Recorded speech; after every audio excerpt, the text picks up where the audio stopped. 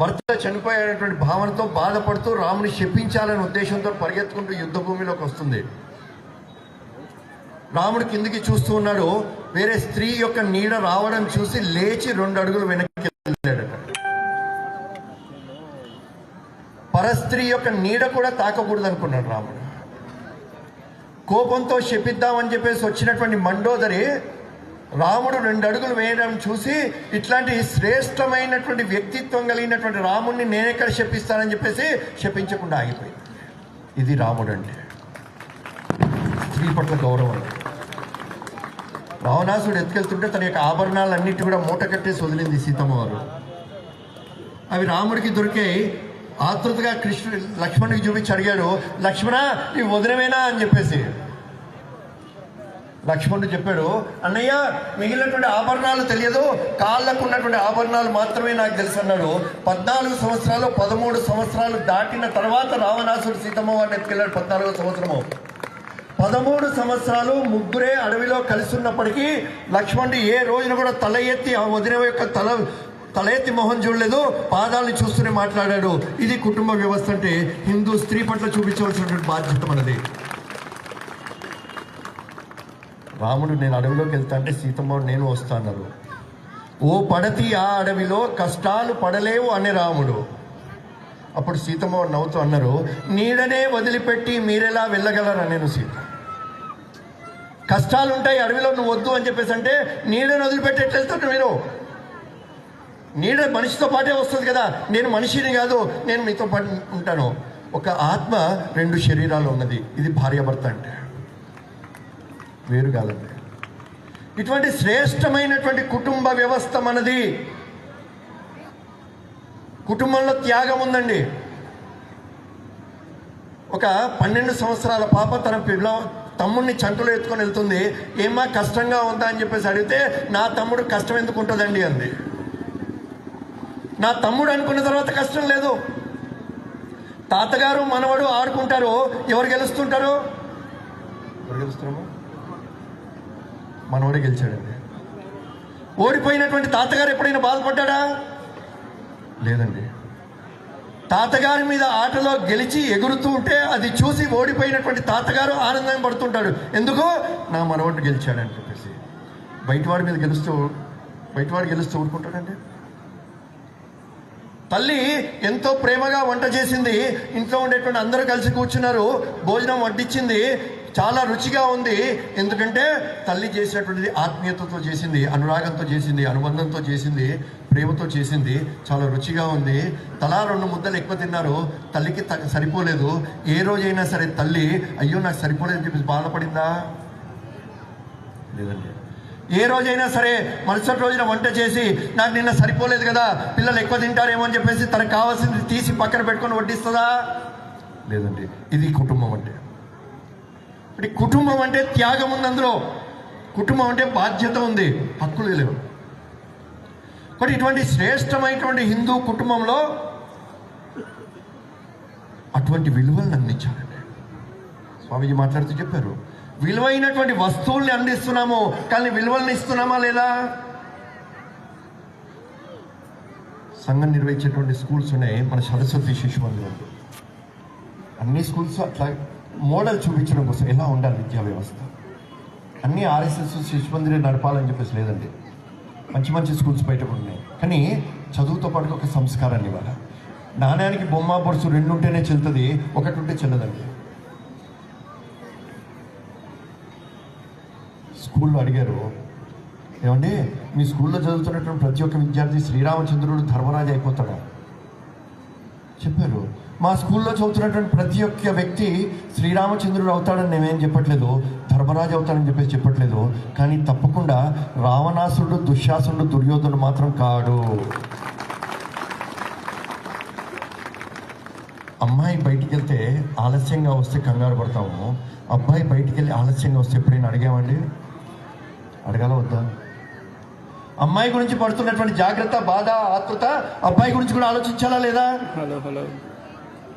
నా కన్న కొడుకు, నా సోదరుడి వల్ల ఈ ఊర్లో ఉండేటువంటి ఏ ఒక్క అమ్మాయి కూడా అవమానం జరగకూడదు. ఇది మన యొక్క బాధ్యత, మన కుటుంబం యొక్క బాధ్యత. అటువంటి కుటుంబ విలువల్ని అందించవలసినటువంటి బాధ్యత మనది. ఒకటి రాముడు అంటే, అయోధ్యలో రాముడి యొక్క ప్రతిష్ట అంటే ఈ దేశంలో ఉండేటువంటి 30 కోట్ల కుటుంబాలు ఏవైతున్నాయో అటువంటి విలువల్ని నా జీవితంలో, నా కుటుంబంలో తీసుకురావాలి. కాబట్టి చిన్న చిన్న అలవాట్లే, కలిసి అందరం కూడా కలిసి భోజనం చేస్తున్నామా, వారానికి ఒకసారి చిన్న నామస్మరణ చేస్తున్నామా, ఇంటి నుంచి బయటికి వెళ్తున్నటువంటి పిల్లవాడిని అరే దేవుడికి దండం పెట్టుకున్నామని చెప్పేసి అడుగుతున్నామా, చిన్న చిన్నవి చేయాలంటే. రెండవది ఏంటంటే ప్రకృతి హితంగా జీవించాలి. దేవుడు ఎక్కడున్నాడంటే పరలోకంలో కాదు, అంతటా ఉన్నాడని చెప్పేసి చెప్పాడు. ఒకటి చెట్టుని పూజించడం అంటే, రాయిని పూజించడం అంటే రాత్రి పూజించడం కాదు. వివేకానందుని అడిగారు, అయ్యా మీరు రాళ్ళని పూజిస్తారు, నాకు ఇష్టం లేదన్నాడు రాజుగారు రాజస్థాన్లో. వివేకానందుడు చెప్పాడు, మేము రాళ్ళని పూజించము, ఆ రాతిలో ఉండేటువంటి దేవుణ్ణి పూజిస్తామని చెప్పాడు వివేకానందుడు. ఒకటి సృష్టి మొత్తం కూడా భగవంతుడి యొక్క స్వరూపంగా చూస్తాము. ఒకటి గంగా నది అని చెప్పేసి అన్నాము, తులసి మాత అని చెప్పేసి అన్నాము, గోమాత అన్నాము, భూమాత అని చెప్పేసి అన్నాము. ప్రతి దాన్ని కూడా తల్లిగా చూసేటువంటి, దేవతగా చూసేటువంటి శ్రేష్టమైనటువంటి సంస్కృతి మనది. ఇక్కడ మనందరి యొక్క బాధ్యత ఏంటంటే ప్రకృతిని కాపాడుకోవాలి. చెట్లను అనవసరంగా నరకూడదు.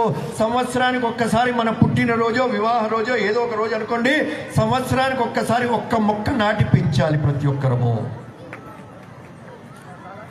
భూమాతను బాధపెడుతున్నామండి. నా ఆరోగ్యం గురించి ఎలా ఆలోచిస్తున్నానో ఈ నేల తల్లి యొక్క ఆరోగ్యం గురించి ఆలోచించాలి. విష్ణు పత్ని, వెంకటేశ్వర స్వామి యొక్క ధర్మపత్ని అయినటువంటి భూదేవి యొక్క ఆరోగ్యం గురించి కూడా ఆలోచించాలి. కాబట్టి ప్లాస్టిక్ ఈ భూమిలో పడకుండా నేను చూసుకోవాలి. పాల ప్యాకెట్ దగ్గర నుంచి, షాంపూ కవర్ దగ్గర నుంచి చెత్తబుట్లు వేసి బయట వేస్తుంటాం, వేయకూడదు. బయటికి వెళ్తే, మార్కెట్ వెళ్తే, ఇక్కడ నుంచి ఇంటికి వెళ్ళేటువంటి సమయంలో పూలో, పండ్లో, కాయగూరలో కొనుక్కున్నప్పుడు అయ్యా నా దగ్గర సంచి ఉంది, నీ క్యారీ బ్యాగ్ వద్దు నాకు చెప్పగలగాలి. కానీ క్యారీ బ్యాగ్ కాదు, క్యారీ ఏ బ్యాగ్ అని చెప్పిస్తున్నారు. ఓ సంచి మనతో పాటు తిరుగు. మన బండిలో, మన కార్లో సంచి పెట్టుకోవాలి.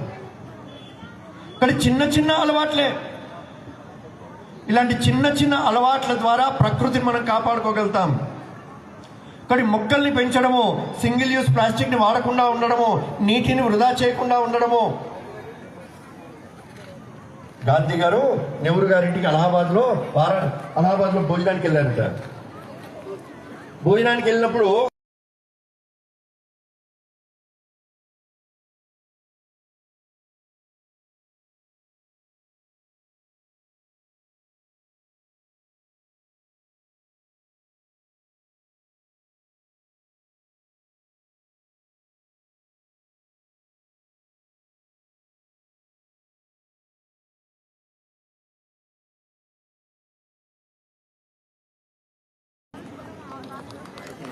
ఇప్పుడు ఈ 3 విషయాల్లో ప్రకృతి కాపాడుకుంటూ జీవించడం.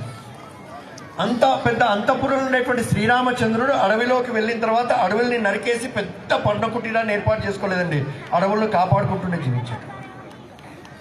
కానీ రాముణ్ణి పూజించడము అంటే, కృష్ణుని పూజించడము అంటే ప్రకృతిని కాపాడుకుంటూ జీవించడము. ఈ అలవాటు మనకు కావాలి. 3వది సమరస్త. స్వామీజీ చెప్పారు చక్కగా, భగత్ సింగ్ చనిపోయేటువంటి రేపు ఉరి తీస్తారనగా ముందు రోజు ఆయన ఆ జైల్లో ఉండేటువంటి పార్టీవాడు ఎవరైతే ఉన్నారో అతన్ని అడిగాడు, రేపు నా చివరి భోజనం నీ చేతుల మీదుగా చేయాలన్నాడు. అతనికి ఆశ్చర్యం వేసింది. ఏంటండి అన్నాడు, నేను పుట్టినప్పుడు నా యొక్క మలమూత్రాన్ని శుభ్రం చేసింది నా తల్లి, నా కడుపు నింపింది నా తల్లి, ఈరోజు చనిపోయేటువంటి చివరి రోజున నా మలమూత్రాన్ని శుభ్రం చేస్తుంది నువ్వు, కాబట్టి నా చివరి భోజనం ఇంటి నుంచి తీసుకురా అని చెప్పాడు. ఇది సమరస్త అంటే, అందరినీ గౌరవించాలి. మరి రాముడికి కులం ఏంటి అని చెప్పేసి చూడలేదు. కృష్ణుడు యొక్క అంతస్తు ఏంటి చూడలేదు. కానీ రాముడిని, కృష్ణుని మనం పూజిస్తున్నాము నిజంగా అంటే మన హృదయం లోపల, మన గుండె లోపల ఉండేటువంటి ఎక్కువ కులము, ఎక్కువ అంతస్తు, తక్కువ కులము అనేటువంటి భావాన్ని తుడిచిపెట్టడమే నిజమైనటువంటి పూజ అవుతుంది. కానీ రాముడు నన్ను ఎంత బాగా పూజించావు ఎప్పుడు చూడడు, ఇలా జీవిస్తున్నావు, అది చాలా ముఖ్యమైనటువంటిది. 4వది స్వదేశీ. రావణాసురు సంహారం తర్వాత 14 సంవత్సరాలు అయిపోయింది. అన్నయ్య మనం అక్కడికి మళ్ళీ అయోధ్యకి తిరిగి వెళ్తే భరతుడు రాణిస్తాడా లేదా తెలియదు కదా. ఇక్కడ ఎట్లాగో మనము పౌరుష పరాక్రమాలతో దీన్ని గెలిచాము. ఇది అపి స్వర్ణమయి లంక, బంగారంతో నిండినటువంటి లంక, ఇక్కడే మనం ఉందాము, అయోధ్య కొద్దులే అని చెబితే రాముడు చెప్పాడు, అపి స్వర్ణమయి లంక నమే లక్ష్మణ రోచితే జననీ జన్మభూమిశ్చ స్వర్గాదపి గరియసి. మరి జన్మభూమి మన కన్న తల్లి, ఈ రెండు స్వర్గం కంటే గొప్పది. కాబట్టి నా యొక్క దేశంలో తయారయ్యేటువంటి వస్తువులు, నా యొక్క భాష, మాతృభాష, మన పండుగలు, మన ఆచారాలు, మన సాంప్రదాయము, మన